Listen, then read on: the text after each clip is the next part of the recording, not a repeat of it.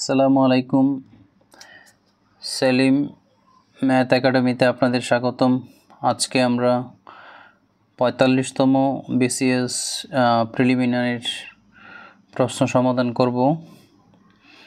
চলুন শুরু করা যাক।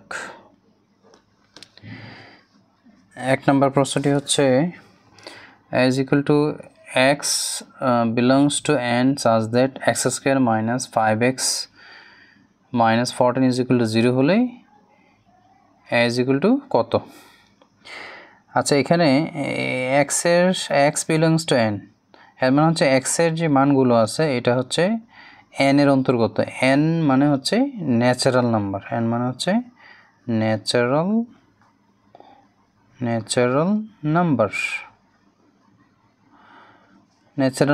ন্যাচারাল নাম্বার কোনগুলো?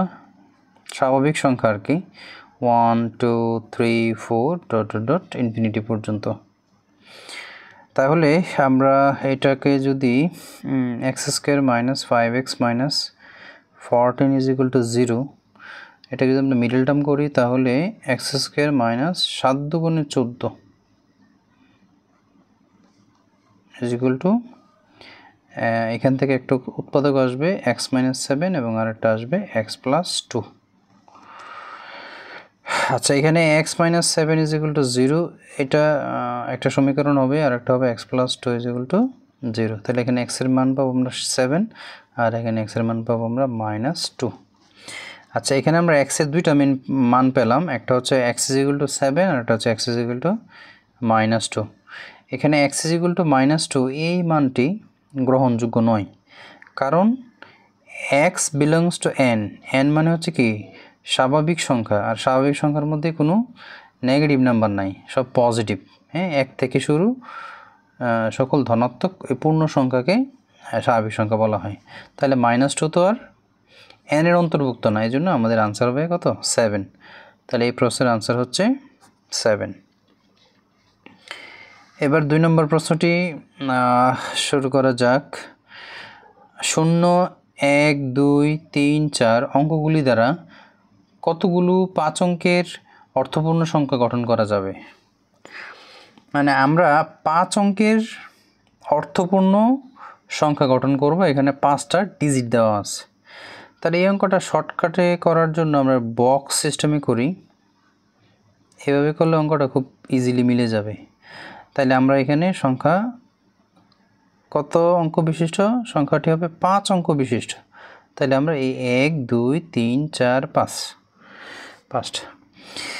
আচ্ছা, এখানে খেয়াল করেন, আমরা যদি এই 5টি অঙ্কের মধ্যে প্রথমে যদি শূন্যটা বসাই তাইলে কিন্তু এই 5 অঙ্ক বিশিষ্ট এই সংখ্যাটি কিন্তু আমার অর্থপূর্ণ হবে না। হ্যাঁ, অর্থপূর্ণ হবে না, কারণ প্রথমে শূন্য দিলে তো ওই ডিজিটটা বাদ। হ্যাঁ, তাহলে 4 অঙ্ক বিশিষ্ট অঙ্ক হয়ে যাচ্ছে, এই জন্য আমরা প্রথমে শূন্য দিতে পারবো না। শূন্য ছাড়া এই ঘরে আমরা 1 2 3 4 যে কোনো সংখ্যা এখানে বসাতে পারবো। তাহলে এই ঘরটা আমার পূরণ করা যাবে 1 2 3 4 ভাবে পূরণ করা যাবে। তাহলে এখান থেকে ধরেন আমরা 1 বসাইলাম অথবা 2 বসাইলাম বা 3, যে কোনো একটা সংখ্যা বসাইলাম। তাইলে ধরেন আমরা ধরে নিলাম 1ই বসাইলাম, তাহলে আর কয়টা সংখ্যা অবশিষ্ট আছে? 1 2 3 4। তাহলে এই ঘরে কিন্তু শূন্য বসতে কোনো সমস্যা নেই, এই ঘরে শূন্য বসলেও 5 অঙ্ক বিশিষ্ট অর্থবোধক সংখ্যায় থাকবে। তাই এই ঘরটি আমার কতভাবে সাজানো যাবে? এখানে সংখ্যা আছে 4টা, তাহলে এটাকে 4 ভাবে গঠন করা যাবে সংখ্যাটা। ঠিক আছে, তাই এখানে ধরেন আমরা শূন্য দিলাম অথবা 2 দিলাম, যেটাই ধরি না কেন এটাকে 4 ভাবে সাজানো যাবে। তাহলে আর আছে কয়টা? 3টা সংখ্যা। তাহলে এটাকে যাবে 3 ভাবে, এটাকে যাবে 2 ভাবে, এটাকে যাবে 1 ভাবে। এবার এই সংখ্যাগুলো যদি আমরা গুণ করে দেই, 4 গুণ 4 গুণ 3 গুণ 2 গুণ 1, তাহলে হবে 4 4 16 3 16 48, 48 দুগুণে 96। তাহলে আমার 2 নম্বর প্রশ্নের আনসার হবে 96। এবার 3 নম্বর প্রশ্নটি দেখেন। 29 থেকে 38 পর্যন্ত সংখ্যা হতে যে কোনো একটিকে ইচ্ছামতে বেছে নিলে সেটি মৌলিক হওয়ার সম্ভাবনা কত? আচ্ছা, এখানে সবচেয়ে ট্রিকি পয়েন্টটা হচ্ছে এই 29 থেকে 38। হ্যাঁ, এখানে আমার টোটাল সংখ্যা কয়টা আছে। অনেকে এখানে 9টা গণনা করে, অনেকে 10টা করে, অনেকে 11টা করে। এখানেই মূলত সমস্যাটি হয়ে যায় আমাদের। তাহলে যখন হতে বা থেকে থাকবে তখন আমাদেরকে ধরে নিতে হবে যে এখানে যে এই দুইটা সংখ্যা থাকবে এই দুইটা সংখ্যাও কি কাউন্ট হবে। তাহলে 29 থেকে 38 পর্যন্ত সংখ্যা কয়টা হয়? 29, 30, 31, 32, 33, 34, 35, 36, 37, 38। তাহলে 1, 2, 3, 4, 5, 6, 7, 8, 9, 10টা। তাহলে আমরা জানি প্রবাবিলিটির সূত্র হচ্ছে নিচে অনুকূল ঘটনা থাকে, নিচে 10। হ্যাঁ, আচ্ছা, এবার আমাদের নিচে মোট ঘটনা থাকে আর উপরে থাকে অনুকূল ঘটনা। তাহলে আমরা 29 থেকে 38 পর্যন্ত সংখ্যা পেলাম 10টা, এজন্য নিচে হবে 10। এইবার এই 10টা সংখ্যা হতে যে কোনো একটিকে ইচ্ছামতে বেছে নিলে সেটি মৌলিক সংখ্যা হওয়ার সম্ভাবনা কত? এবার এই 8টা থেকে মৌলিক সংখ্যাগুলো আমরা বের করব। তাহলে এখানে 29 মৌলিক সংখ্যা, 31 মৌলিক সংখ্যা, 37 মৌলিক সংখ্যা। তাহলে এখানে মৌলিক সংখ্যা হচ্ছে 3, সো অনুকূল ঘটনা হচ্ছে 3। তাহলে এটার উত্তর হবে 10/3, আনসার হবে গ। এবার আসেন 4 নম্বর অঙ্কটি, খুবই সহজ। এই x² প্লাস xy² এবং x² প্লাস xy রাশিদের লসাগু এবং গসাগু এর গুণফল কত? তাইলে এটা হচ্ছে আমার প্রথম রাশি, এটা হচ্ছে দ্বিতীয় রাশি। তাইলে আমরা একটু ক্যালকুলেট করে নিই। প্রথম রাশিটা হচ্ছে x² প্লাস xy²। এখান থেকে আমরা xy কমন নিব। এখান থেকে যদি xy কমন নিই তাইলে আমাদের এখান থেকে xy কমন কী থাকবে? এখানে থাকবে x প্লাস ওয়াই।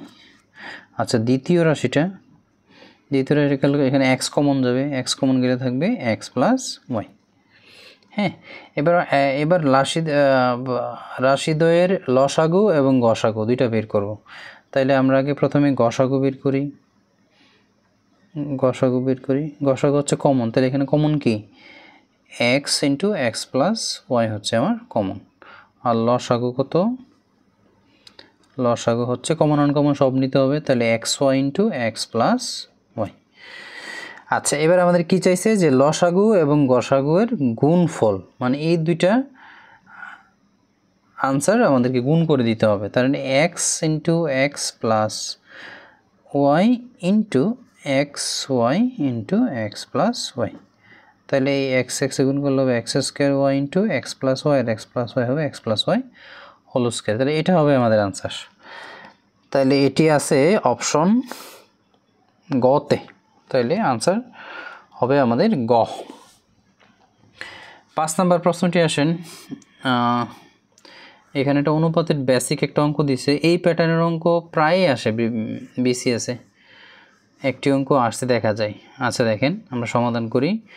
যদি x অনুপাত y ইজ ইকুয়াল টু 2:3 হয় এবং y অনুপাত z ইজ ইকুয়াল টু 5:7 হয়, তবে x, y, z এর মান বের করতে হবে। তাহলে এখানে x অনুপাত y ইজ ইকুয়াল টু 2:3 আর y, z is equal to 5:7। হ্যাঁ, তাহলে এখানে দেখেন এখানে y আলফাবেটটা দুই জায়গায় আছে। হ্যাঁ, তাহলে এখানে y এর রেশিও হচ্ছে 3 আর এখানে y এর রেশিও হচ্ছে 5। তাহলে এই 5 দ্বারা এটাকে গুণ করতে হবে আর কি। তাহলে 5 দ্বারা গুণ করলে 5 দুগুণে 10, 3 5 15, আর এই 3 দ্বারা এটাকে গুণ করতে হবে, 3 5 15, 3 7 21। তাহলে আমরা যদি x, y এবং z মান যদি বের করতে চাই তাহলে এটা হবে 10:15:21। এই অঙ্কটা আপনারা সবাই পারেন, খুব ইজি অঙ্ক। প্রাইমারি, নিবন্ধন, সরকারি বেসরকারি যে কোনো প্রিলি পরীক্ষায় অঙ্কটা আসতে দেখা যায়। তা আশা করি এটা আপনারা বুঝতে পারছেন। এবার আসেন 6 নম্বর প্রশ্নে। জাহিদ সাহেবের বেতন 10% কমানোর পর হ্রাসকৃত বেতন 10% বাড়ানো হলে তার কতটুকু ক্ষতি হলো? এটাও খুব বিখ্যাত একটা অঙ্ক, শর্টকাটে আমরা অঙ্কটা সবাই করতে পারি।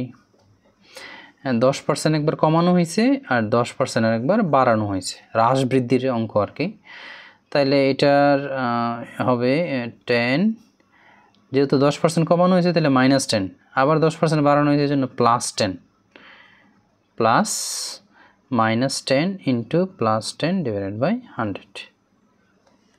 এটাই ক্যালকুলেট করলে এটা কাটা যাবে, তাহলে এখানে হবে 10 10 100 100 100 কাটা, তাহলে হবে -1। তার মানে 1% কমবে আর কি। হ্যাঁ, 1% কমবে। আশা করি বুঝতে পারছেন। তারপরে আমরা 7 নম্বর অঙ্কটি সমাধান করব। 7 নম্বর অঙ্কটি হচ্ছে x + 5 whole square is equal to x square plus bx + c সমীকরণে b ও c এর মান কত হলে সমীকরণটি একটা অবেধ হবে। আচ্ছা, এটা খুবই বেসিক একটা অঙ্ক। আমাদের সমীকরণটি হচ্ছে x + 5 whole square is equal to x square plus bx + c। এখানে আমরা a + b হোল স্কোয়ারের সূত্র অ্যাপ্লাই করি। a স্কোয়ার প্লাস 2ab মানে 10x প্লাস b স্কোয়ার হচ্ছে 25 x square plus bx plus c। আচ্ছা, এখানে একটা জিনিস খেয়াল করেন, আমরা বের করবো কার মান, b এর মান এবং c এর মান। আচ্ছা, এখানে b আছে না, আর এখানে c আছে, তাহলে এখানে x এর সহগ হচ্ছে b, এখানে x এর সহগ কত, এখানে x এর সহগ হচ্ছে 10। তার মানে এই b কিন্তু 10কে রিপ্রেজেন্ট করতেছে। আমরা যে এখান থেকে সহগ সমীকৃত করি, সহগ সমীকৃত করে পাই, সহগ সমীকৃত করলে এখানে b এর ভ্যালু হবে কত, b এর ভ্যালু হবে 10 আর c এর ভ্যালু হবে কত, 25। তাইলে এটা আনসার হবে আমার ঘ, 10 25। আচ্ছা, 8 নং প্রশ্নটি দেখেন, নিচের কোনটি সরলরেখার সমীকরণ। আচ্ছা, এই সরলরেখার সমীকরণ বের করার জন্য, এই সমীকরণ চেনার জন্য আপনাদেরকে দুইটা কথা খেয়াল রাখতে হবে। একটা হচ্ছে, যদি কোনো সমীকরণ সরলরেখার সমীকরণ হতে চায় তাহলে সেটি অবশ্যই x ও y এক ঘাত বিশিষ্ট হবে, এক ঘাত বিশিষ্ট হতে হবে। এক ঘাত বিশিষ্ট মানে x এবং y এর পাওয়ার 1 হবে। আর 2 নম্বর কন্ডিশন হচ্ছে xy বর্জিত পদ হতে হবে। হ্যাঁ, এখানে xy বর্জিত পদ হতে হবে, xy একসাথে থাকতে পারবে না। তাহলে আমরা এই দুইটা কন্ডিশন এখানে অ্যাপ্লাই করলে বুঝে যাব। এটা দেখেন, এটা যে আমরা সমীকরণে নিয়ে আসি, গুণ করি 2x ইজ ইকুয়াল টু হবে y স্কোয়ার। হ্যাঁ, এটা হবে x দিয়ে 2কে গুণ করলে 2x is equal two y গুণ করলে হবে y স্কোয়ার। তাহলে এখানে y এর ঘাত কিন্তু 2 চলে আসছে, তার মানে আমার প্রথম শর্তটি কিন্তু মানে নাই, এজন্য এটা আনসার হবে না। আচ্ছা, 2 নম্বরটি হবে না, কারণ এখানে x এর পাওয়ার 2। 3 নম্বরটি হতে পারে, 2 দিয়ে x এর গুণ করলে 2x is equal two y। এখানে x এর ঘাতও 1, y এর ঘাতও 1, আবার এখানে xy কোনো পদ নাই, তাহলে আনসার হচ্ছে কত, গ। এটি কেন হবে না, কারণ হচ্ছে আমরা x এর যদি y কে গুণ করি তাহলে xy ইজ ইকুয়াল টু 1 হবে এই সমীকরণটা, তাহলে এখানে xy যুক্ত পদ আছে, এজন্য এটি আনসার হবে না, তাহলে আনসার হবে গ। 9 নম্বর প্রশ্নটি দেখেন, p plus q is equal two 5 p minus q is equal two 3 হলে p square plus q square মান নির্ণয় করো। এটা 9 10-এর খুব বেসিক একটা ম্যাথ, ক্লাস 8-এও আছে এই প্যাটার্নের ম্যাথ। এটা খুবই সহজ, p square plus q square, আমরা 2 into p square plus q স্কোয়ারের সূত্রটা অ্যাপ্লাই করে দিলেই আনসার চলে আসবে। তা 2 into a square plus b স্কোয়ারের সূত্র হচ্ছে a plus b whole square, 2 into a square plus b স্কোয়ারের সূত্র হচ্ছে a plus b whole square plus a minus b whole square. আচ্ছা, এখানে এই 4ab সূত্র আর 2 into a square plus b স্কোয়ারের সূত্রের একটা পার্থক্য হচ্ছে, 4ab সময় এখানে শুধু মাইনাস হবে। হ্যাঁ, আর 2 into p square plus b square এই সূত্রটার সময় এখানে হবে প্লাস। আচ্ছা, এখানে আমরা বসাই দিই ভ্যালুগুলো, p প্লাস কিউর ভ্যালু হচ্ছে 5, তাইলে 5 square plus p minus q হচ্ছে 3 স্কোয়ার, 5 স্কোয়ার মানে হচ্ছে 25 আর 3 স্কোয়ার মানে হচ্ছে 9, 25 আর 9 হবে 34। তাহলে এটা হচ্ছে আমার কার মান বের করতে হবে, p square plus q square, তাহলে এই দুইটা ভাগ হয়ে যাবে, তাহলে এটা হবে 17 দুগুণে 34, আনসার হবে 17। আশা করি বুঝতে পেরেছেন। 10 নম্বর অঙ্কটিও সহজ, log a by b plus log b by a equal to log of a plus b হয়, তবে এই নিচের কোন সমীকরণটা সঠিক, মানে এই সমীকরণটাকে ক্যালকুলেট করলে নিচের কোন লাইনটা আসবে এটা আমাদেরকে বের করতে হবে। তাইলে এখানে দেওয়া আছে log a by b plus log b by a is equal to log a plus b. আচ্ছা, এখানে আমরা সূত্র অ্যাপ্লাই করে দিই, লগ কী হবে এ ইন্টু বি। হ্যাঁ, আমরা জানি যোগ থাকলে কি গুণ হয়ে যায়, সমান সমান log of a plus b. তাইলে এটা কত আসবে, লগ এ কাটা বি বি কাটা, তাহলে এখানে 1 থাকবে, সমান সমান log a plus B. R log log কেটে দিই, তাহলে এ প্লাস বি সমান 1 হবে আনসার। এটা হবে এ প্লাস বি সমান 1, আনসার হবে ক। আচ্ছা, 11 নং প্রশ্নটিও খুব সহজ, সূচকের একটি অঙ্ক, বেসিক একটা অঙ্ক থেকে আসছে। এই প্যাটার্নের অঙ্ক আপনারা সবাই পারেন, আমি দেখা দিচ্ছি এক্স প্লাস 2। আচ্ছা, এখানে বেসগুলো আমাদেরকে সমান করতে হবে উভয় পক্ষে। 4কে আমরা লিখতে পারি কি 2 স্কোয়ার, হ্যাঁ, আর এখানে থাকবে এক্স প্লাস 2। তাহলে এই 2টা একবারে কেটে দেই, আমরা 2 দিয়ে এক্সটা গুণ করলে 2x, আবার 2 দুগুণে 4, এভাবে আমরা গুণ করবো না, পরীক্ষায় সময় বাঁচাইতে হবে, হ্যাঁ। আচ্ছা, এখানে যে গুণ করি তাহলে কি হবে 2x plus 4 is equal two এখানে হবে এক্স প্লাস 7। তাহলে 2x থেকে এক্স বাদ গেলে থাকবে এক্স, এক্সটা এই পাশে মাইনাস হয়ে আসবে, আর এই প্লাস 4টা এই পাশে মাইনাস হয়ে যাবে, এটা হবে 3। তাহলে এক্সের মান হবে 3। আচ্ছা, গুণোত্তর ধারা থেকে একটা প্রশ্ন আসছে যে 1/3, -1, √3 ডট ডট ধারাটির পঞ্চম পদ বের করতে হবে, হ্যাঁ। তো এটা একটা গুণোত্তর ধারা, কারণ দ্বিতীয় পদ দ্বারা প্রথম পদকে ভাগ করলে, হ্যাঁ, পরপর এই সাধারণ অনুপাতগুলোর ভ্যালু সমান হয়। তাহলে এখানে প্রথম পদ যদি আমরা এ ধরি, এর ভ্যালু হচ্ছে 1/√3, আর সাধারণ অনুপাতকে কিউ দ্বারাও প্রকাশ করা যায়, আবার আর দ্বারাও প্রকাশ করা যায়, যে যেভাবে করে। আর ইজ ইকুয়াল টু হবে দ্বিতীয় পদ হচ্ছে -1 আর প্রথম পদ হচ্ছে 1/√3। তাহলে এটা আমি উল্টা দিই, তাহলে চলে আসবে -√3 হবে। তাইলে আমাদের ধারাটির পঞ্চম পদ বের করতে হবে। সুতরাং ধারাটির পঞ্চম পদ আমরা জানি সূত্র হচ্ছে a r⁻n-1। তাহলে যেহেতু পঞ্চম পদ, তার মানে n এর মান হবে 5। তাহলে এর ভ্যালু কত, এর ভ্যালু হচ্ছে 1/√3 ইন্টু আর এর ভ্যালু হচ্ছে কত -√3, আর এখানে 5 - 1 মানে 4। তাহলে এখানে 1/√3 ইন্টু এই মাইনাসের উপরে পাওয়ার জোর আছে, হ্যাঁ, তাইলে মাইনাসটা কি প্লাস হয়ে যাবে। আর √3কে যদি আমরা 4 বার গুণ করি, তাইলে √3 ইন্টু √3 ইন্টু √3 ইন্টু √3, তাহলে এই √3 কাটা যাবে। তাহলে এই দুইটা √3 মিলে একটা 3 আসবে, আর এখানে √3 থাকবে। তাহলে আনসার হবে 3√3। তারপরে 13 নম্বর অঙ্কটিও খুব সহজ, ত্রিকোণমিতি থেকে আসছে। যদি 1 + tan² θ = 4 এবং θ <90 ডিগ্রি হয়, তবে θ = হোয়াট। আচ্ছা, এখানে আমাদের থিটার মানটা বের করতে হবে। তাইলে এখানে 1 + tan² = 4 এটা দেওয়া আছে, হ্যাঁ।